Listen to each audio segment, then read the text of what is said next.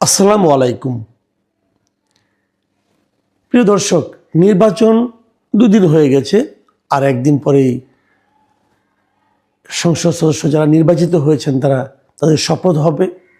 শপথের পর মন্ত্রিসভা হবে, তারপর নতুন সরকার আসবে। এরই মধ্যে আগের সরকার বিদায় নেওয়া শুরু করেছেন। বিদায় নেওয়া বলছে এই কারণে তারাও গোছাচ্ছেন অন্তর্বর্তীকালীন সরকারে যারা উপদেষ্টা ছিলেন এবং যারা বিশেষ সহকারী ছিলেন, পরামর্শক ছিলেন, তারা এরই মধ্যে যার যার কর্মক্ষেত্র থেকে মানে অফিস থেকে এক ধরনের বিদায় নিয়েছেন। একজন তো চলেই গিয়েছেন, ফয়েজ আহমেদ তৈয়ব। উনি ওনার বিদেশি পাসপোর্ট নিয়ে দেশ ত্যাগ করেছেন। দেশ ত্যাগ করার সময় তো পাসপোর্ট দেখাতে হয়, তখন উনি ওনার দেশেরটা দেখান নাই, উনি বিদেশেরটা দেখিয়েছেন। দেশপ্রেমের নমুনা দেখেন। দেশের একজন প্রতিমন্ত্রীর পদমর্যাদায় ছিলেন উনি, কিন্তু দেশ ত্যাগের সময় উনি বিদেশি পাসপোর্ট ব্যবহার করে দেশ ত্যাগ করেছেন। আরও যাবেন, এবং আমার ধারণা এরা সবাই বিদেশি পাসপোর্ট নিয়েই চলে যাবেন, বিদেশি পাসপোর্ট ব্যবহার করেই দেশ ত্যাগ করবেন। এরা এসেছিলেন বাংলাদেশকে উদ্ধার করতে। কতটুকু উদ্ধার হয়েছে আমরা জানি না। নির্বাচনের পর আসলে নানা ধরনের আলোচনা হচ্ছে। এর মধ্যে বিজয়ী দল বিএনপির যিনি চেয়ারম্যান তারেক রহমান, উনি সাংবাদিকদের সামনে বসেছিলেন। উনি একা না, ওনার পুরো দল নিয়ে বসেছিলেন। বিএনপির পক্ষ থেকে যে সাংবাদিক সম্মেলন, সেটাও আমরা দেখেছি। ইতিবাচক অনেক কথা ওখানে ছিল, কিন্তু এখনও কিন্তু নির্বাচনের ফলাফল নিয়ে নানা ধরনের বিশ্লেষণ চলছে। যে বিএনপি কেন এত আসন পেল, বিএনপি এবং তার জোট মিত্র যারা আছে সবাই মিলে 212টা আসন পেয়েছেন। জামাত এবং তার মিত্ররা মিলে 77টা আসন পেয়েছেন। অনেকেই বলছেন যে জামাত এত কম পেল কেন। জামাত কিন্তু আসলে কম পায়নি। আপনারা যদি খুব ঠান্ডা মাথায় চিন্তা করেন, জামাত এবং অনেক আসন পেয়েছে। 77 আসন জামাত কখনো ভেবেছিল তার জোট নিয়ে? এটা জামাতের জন্য একটা, আমি বলবো তো একটা অনেক বড় একটা ভোট প্রাপ্তি। পাশাপাশি কিন্তু সমস্যাটা হয়েছে যে জামাতের অনেকে এবং জামাতকে ঘিরে অনেকে নতুন একটা স্বপ্ন দেখা শুরু করেছিল। তারা বলার চেষ্টা করেছিল যে তারা হয়তো এবার নির্বাচনে আরও ভালো করবে। এমনকি কেউ কেউ এমনও বলেছিল তারা জিতেও যেতে পারে। কিন্তু ঘটনা সেরকম হয়নি। জনগণ তাদের সেই ভাবনার সঙ্গে একমত হয়নি। জনগণ তাদের এতগুলি আসনে জয়ী হোক হয়তো চায়নি। অনেকে প্রশ্ন করেছেন যে কেন। শেষ দিকে কিন্তু একটা হাইপ উঠেছিল, শেষ দিকে একটা হুজুগ উঠেছিল যে জামাত বোধহয় অনেক আসনে জিতে যাচ্ছে। কিন্তু আমার বিবেচনায় শেষের 2 থেকে 3 দিন এই সময় জামাতের একটা পতন ঘটেছে। জাস্ট 2 থেকে 3 দিন। সেই 2-3 দিনে কি হয়েছে, কয়েকটা ঘটনা ঘটেছে। আমার বিবেচনায় জামাতকে আসলে হারিয়ে দিয়েছে দুটো ফ্যাক্টর। একটা হলো জামাত হিন্দু ভোট বলতে আমরা যেটা বুঝি, যে হিন্দু ভোটগুলো আগে বিএনপি যে হিন্দু ভোটগুলোর আগে বিরক্ত ছিল, কারণ হিন্দু ভোট সব আওয়ামী লীগের দিকে চলে যায় এমন একটা আপনার ধারণা প্রচলিত ছিল। এবার সেই ধারণাটা আওয়ামী লীগের অনুপস্থিতির কারণে কিনা জানি না, এবার হিন্দু ভোটগুলি সব বিএনপির দিকে এসেছে। বিএনপির দিকে আসা মানে কি, প্রায় 7% ভোট কিন্তু বিএনপি রিজার্ভ হিসেবে পেয়ে গেছে।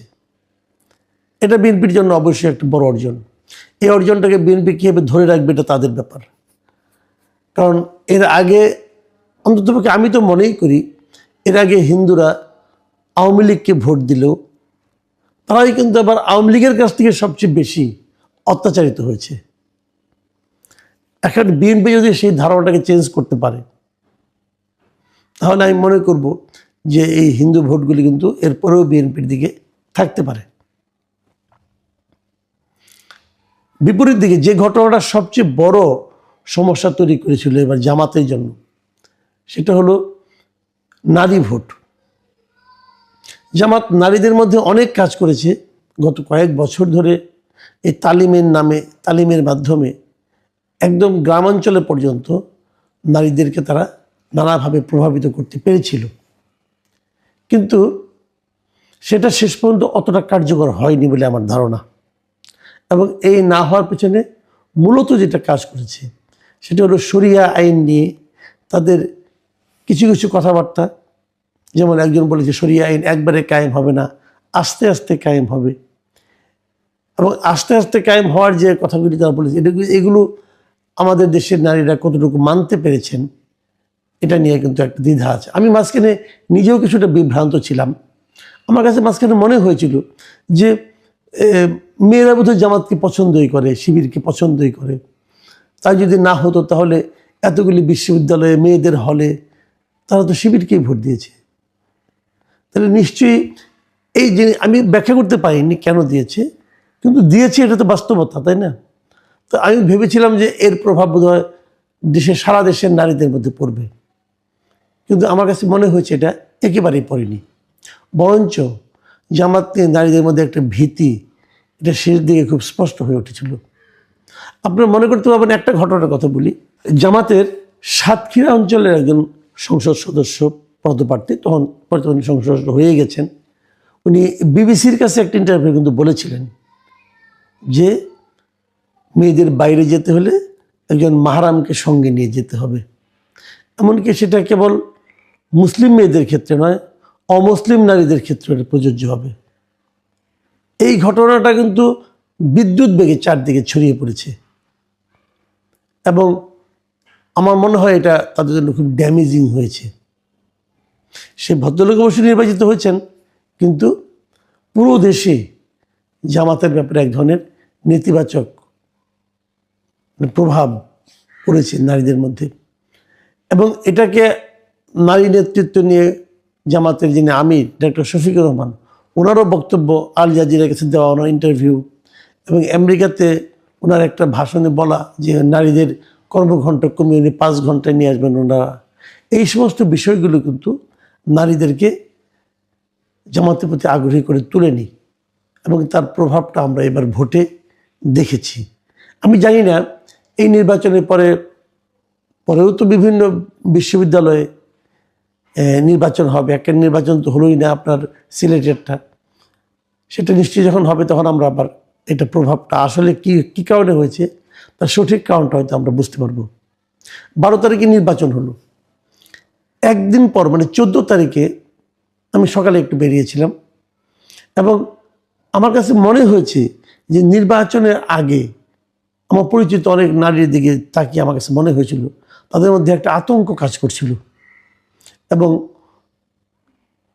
মানে নির্বাচনের আগে কথা বলছি, কিন্তু 14 তারিখে দেখলাম সে আতঙ্কটা যেন একটা রিল্যাক্স হয়ে গেল তারা সবার মধ্যে। সবাই যেন একটা মানে আপনার একটা নিঃশ্বাস ফেললো, স্বস্তির নিঃশ্বাস তারা যেন ফেলছিল এবং তাদের চোখে মুখে একটা স্বস্তি আমি দেখতে পাচ্ছিলাম।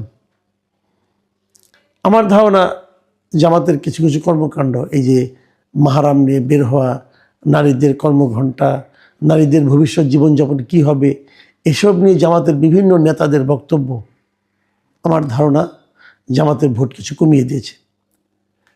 জামাতের ভোট কমানোর আরও একটা বড় ঘটনা বলে, এটাকে অনেক বেশি গুরুত্ব দিচ্ছেন না, কিন্তু আমার কাছে মনে হয় এটাও জামাতের জন্য একটা বড় ড্যামেজিং ব্যাপার হয়ে গিয়েছে।